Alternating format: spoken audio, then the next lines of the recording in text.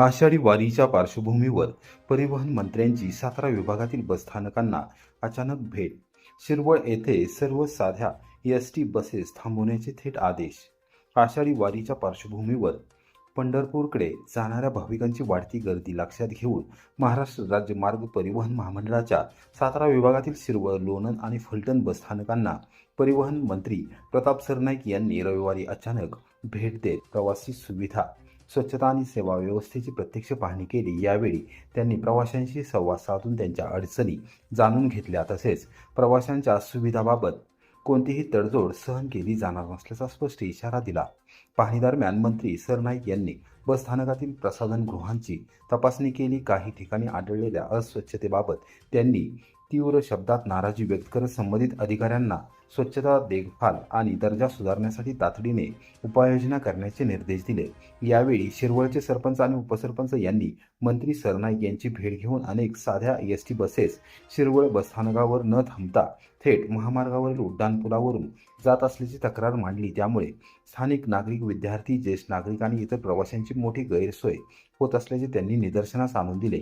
या तक्रारीची तात्काळ दखल घेत मंत्री सरनाईक यांनी वाहतूक विभागाचे महाव्यवस्थापक यांच्याशी दूरध्वनीवरून संपर्क साधून सोमवारपासून शिरवळ बसस्थानकावर सर्व साध्या एसटी बसेस अनिवार्यपणे थांबवून प्रवाशांच्या चढ उताराची व्यवस्था करण्याचे स्पष्ट निर्देश दिले.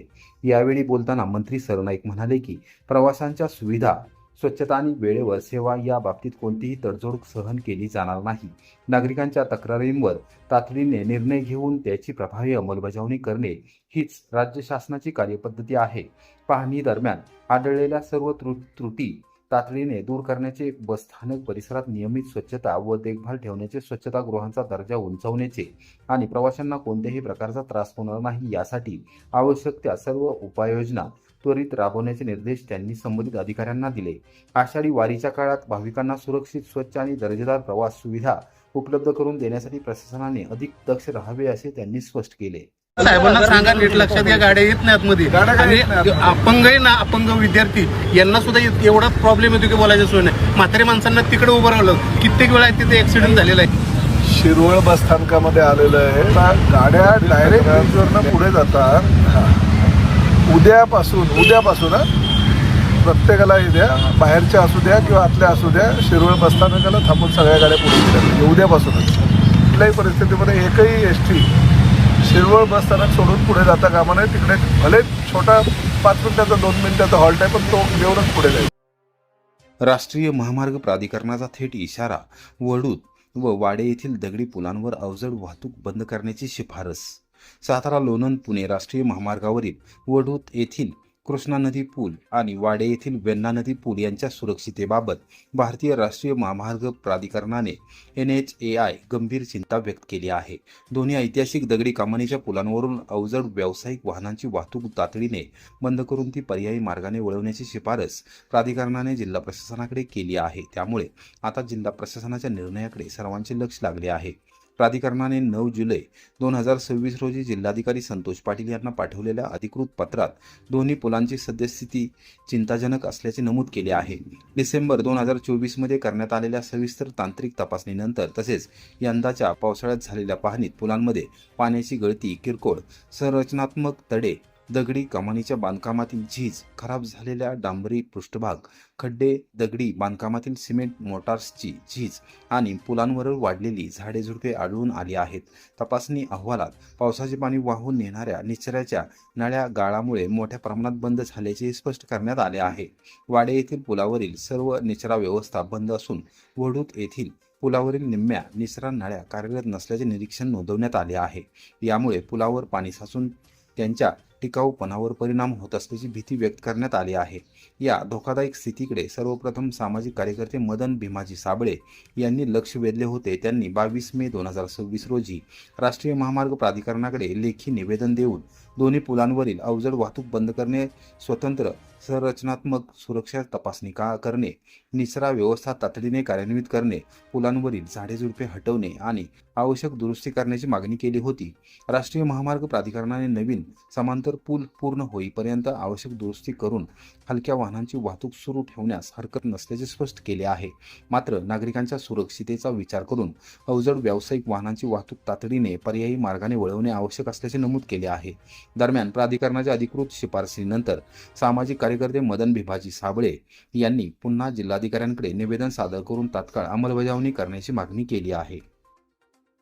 वॉटर स्टेशन पोलिसांचा अंमली पदार्थाविरोधात धडक अभियान, गांजाचे सेवन करणाऱ्या तिघांवर गुन्हे दाखल.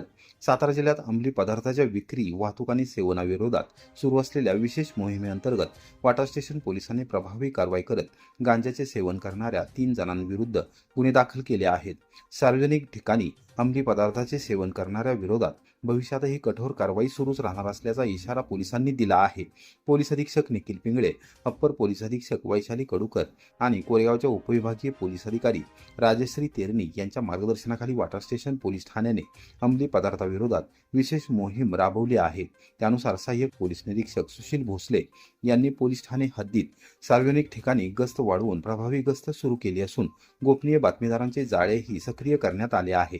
या मोहिमेदरम्यान दिनांक 10 जुलै रोजी सायंकाळी 6:30 ते 8:30 या वेळेत करण्यात आलेल्या विशेष गस्तीमध्ये गांजाचे सेवन करणाऱ्या 3 इसमांविरुद्ध कारवाई करून त्यांच्यावर संबंधित कायद्यान्वये गुन्हे दाखल करण्यात आले. या कारवाईत सहाय्यक पोलीस निरीक्षक सुशील भोसले, उपनिरीक्षक गहिनीनाथ सातव, नितीन भोसले, हवालदार जितेंद्र शिंदे, कॉन्स्टेबल विठ्ठल काळे, प्रतीक देशमुख, अधिक शेलार आणि प्रथमेश अलगुडे यांनी सहभाग घेतला.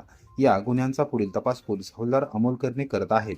यावेळी उपविभागीय पोलीस अधिकारी राजश्री तेरणे आणि सहाय्यक पोलीस निरीक्षक सुशील भोसले यांनी सांगितले की मोठी गावे, शाळा, महाविद्यालय परिसर, बाजारपेठ, रेल्वे स्टेशन, एसटी स्थानक तसेच गर्दीच्या सार्वजनिक ठिकाणी अवैध व्यवसाय, अंमली पदार्थाची विक्री, वाहतूक, सेवन आणि समाजविघातक प्रवृत्तींच्या व्यक्तीविरोधात अधिक तीव्र आणि सातत्यपूर्ण कारवाई करण्यात येणार आहे. तसेच अंमली पदार्थांचे संपूर्ण उच्चाटन करण्यासाठी नागरिकांनी पुढे येऊन विक्री, वाहतूक किंवा सेवनाबाबत माहिती द्यावी असे आवाहनही पोलिसांनी केले आहे.